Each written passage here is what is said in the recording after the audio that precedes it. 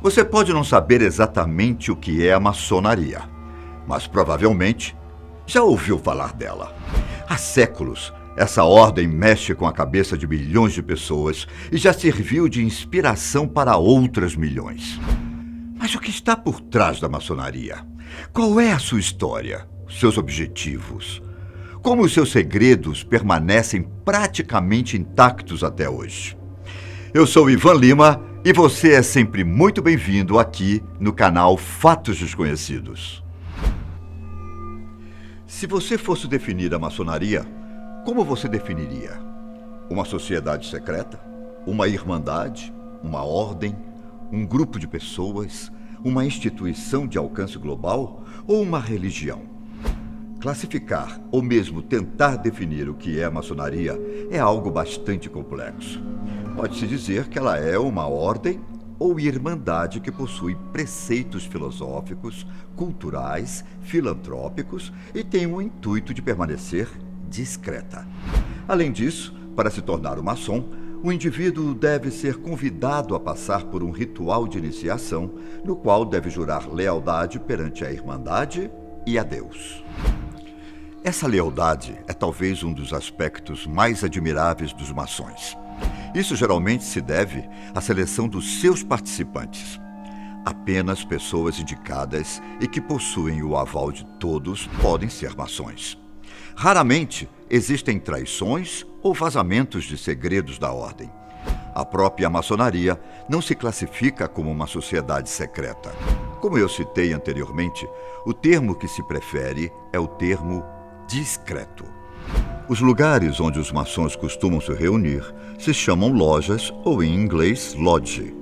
Segundo a tradição, a loja mais antiga de todas está localizada no Reino Unido, mais precisamente na cidade de Edimburgo, na Escócia. O lugar é chamado de Loja de Edimburgo ou pelo seu apelido, Mary's Chapel. Vale ressaltar que cada loja é instalada de acordo com uma região e existe uma lógica por trás dessa organização de lugares. Erroneamente, muitos pensam que a maçonaria é uma espécie de instituição única e que possui uma grande sede. Contudo, a maçonaria não é uma ordem totalmente coesa. Dentro dela, existem várias divisões chamadas de potências regulares. Podemos citar o rito escocês antigo e aceito, rito escocês retificado, rito de York, rito de emulação. Estima-se que em todo o mundo exista um número de aproximadamente 6 milhões de maçons. Os Estados Unidos é o país com maior número de pessoas, sendo que esse número varia entre 1,5 milhão a 2 milhões. No Brasil, acredita-se que existam mais ou menos 250 mil maçons. Todavia, por ser uma sociedade que não divulga seus dados, esses números podem não bater entre pesquisas ou estimativas diferentes. Sempre tenha isso em mente toda vez que você ouviu falar de quantidade de maçons em um determinado lugar. Outro ponto que é legal a gente deixar claro é que a maçonaria não é uma religião e nem um culto. Aliás, pessoas de diferentes religiões são aceitas na ordem. Basta acreditar em Deus. Entre as restrições, as duas que mais chamam a atenção é o fato de não se aceitar ateus e nem mulheres. Todo maçom deve acreditar em Deus, o Criador, conhecido como o grande arquiteto do universo. É um dos principais pilares da filosofia dos maçons. Então, por causa disso, ateus não podem fazer parte da ordem. Por outro lado, cristãos, muçulmanos, judeus e hindus podem se juntar à maçonaria normalmente, desde que convidados por um maçom. Já a questão a respeito das mulheres costuma levantar muitas polêmicas e divide até os próprios maçons. Alguns acreditam que a tradição deve ser mantida e que homens e mulheres não devem se misturar. Elas se organizam em grupos chamados de colmeias para desenvolverem obras sociais. Por outro lado, existem aqueles que pensam que a união seria o melhor caminho para, de certa forma, modernizar a maçonaria. No caso delas, existem variações da ordem. Geralmente, essas vertentes não possuem o mesmo impacto do que do lado masculino. É importante dizer que, assim como elas não participam das reuniões fechadas deles, a recíproca ocorre. A fundação da maçonaria possui algumas divergências entre historiadores e os próprios maçons. Entretanto, é consenso entre todos que a Irmandade surgiu ainda na Idade Média. Se você é bom em história, deve se lembrar que nessa época, grandes construções eram feitas na Europa, principalmente castelos. Essas grandes obras demandavam uma grande quantidade de pedreiros.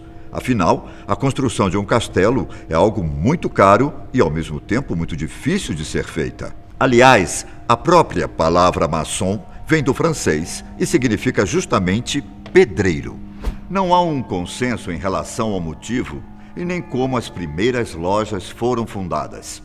Uma das hipóteses mais aceitas é a de que pedreiros e outros envolvidos em grandes obras costumavam se reunir em lugares e trocavam secretamente informações e técnicas de trabalho. Só que, ao fazer isso, esses pequenos grupos juravam não compartilhar com outros o que era conversado ali. É importante deixar claro que, na Idade Média, pessoas envolvidas em construções possuíam um status melhor do que as pessoas comuns, já que nem todo mundo tinha habilidade e conhecimento para trabalhar com pedras e outros materiais. Alguns historiadores comparam o início da maçonaria com o de um sindicato rudimentar. Esse tipo de sindicato rudimentar é conhecido pelo nome de corporações de ofício ou guildas. As guildas eram lugares onde profissionais de uma certa área se reuniam para trocar informações e se organizarem como um grupo coeso. Mas com o passar dos tempos, a ordem foi se desenvolvendo e ganhando mais membros. A partir de um certo ponto, passou a aceitar pessoas que não estavam ligadas diretamente ou indiretamente às construções. Daí em diante, a maçonaria já não era mais algo voltado apenas a um seleto grupo de pessoas. Ela se tornou uma instituição filosófica com uma agenda diversificada que atendia a um grande número de interesses.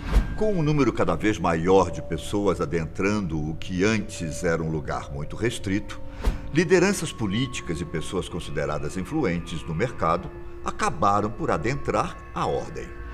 Entre os nomes podemos citar George Washington, Winston Churchill, Simão Bolívar, Benjamin Franklin, Marechal Deodoro da Fonseca e Dom Pedro I.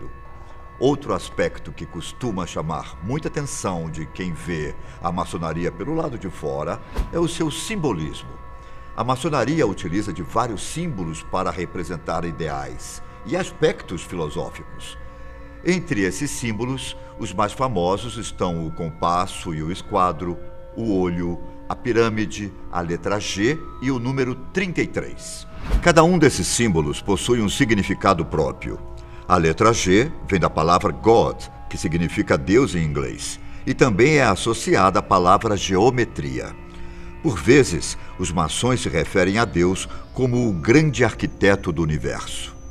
O compasso e o esquadro, além de serem objetos comumente utilizados por arquitetos e remeterem não só a Deus, como às origens da maçonaria, também possuem o significado de relembrar aos maçons os seus princípios e sua moralidade. O compasso ainda pode significar as diversas formas de pensamento e, ao mesmo tempo, o espírito. Só que os símbolos, toda essa descrição e esses segredos, somados com a participação de grandes líderes políticos e donos de multinacionais, fazem com que a maçonaria seja olhada com certa desconfiança por parte da sociedade. Isso fez com que teorias de conspiração fossem criadas. Em geral, elas afirmam que a maçonaria teria o poder de controlar boa parte das finanças do mundo e que grandes nações estariam, de certa forma, reféns ou sofrendo um grande controle de um pequeno grupo de pessoas ligadas à ordem. Essas teorias jamais foram comprovadas e, por vezes, distorcem alguns fatos históricos para poder introduzir os maçons. Ao mesmo tempo, não quer dizer que os maçons não tiveram papéis importantes em alguns períodos da história. Então, como foi a participação e influência como um todo da Ordem no mundo ao longo do tempo? Volto a dizer que não da forma que as teorias da conspiração afirmam. Como toda organização, a Ordem dos Maçons possui os seus interesses e seu modo de enxergar o mundo. Historicamente falando, eles tiveram participação em movimentos como o Iluminismo e em acontecimentos marcantes, como a Revolução Francesa. Alguns maçons também estiveram envolvidos com a independência dos Estados Unidos e na construção da cidade de Washington. Não à toa, a maioria das pessoas que pertencem à maçonaria são americanas. Uma das marcas da maçonaria é justamente a tolerância entre os seus membros. Por serem pessoas de classes sociais diferentes e com credos diversos, o respeito mútuo sempre foi um dos princípios da ordem. No Brasil, tanto a independência quanto a proclamação da República teve a participação de maçons. A título de curiosidade, a loja mais antiga do Brasil surgiu no ano de 1796, na cidade de Itambé, em Pernambuco. Ela foi fundada por Manuel Arruda Câmara. Geralmente, ela é conhecida pelo nome de Areópago de Itambé. De qualquer forma, a maçonaria continua presente em nossa sociedade e, assim como muitas organizações, influencia o nosso cotidiano. Se um dia ela se tornará mais aberta, ninguém sabe. Mas, independentemente de sua visão a respeito da ordem, é inegável a sua importância para o mundo. Bom, eu vou ficando por aqui. Um abraço e até o próximo vídeo aqui no canal Fatos Desconhecidos.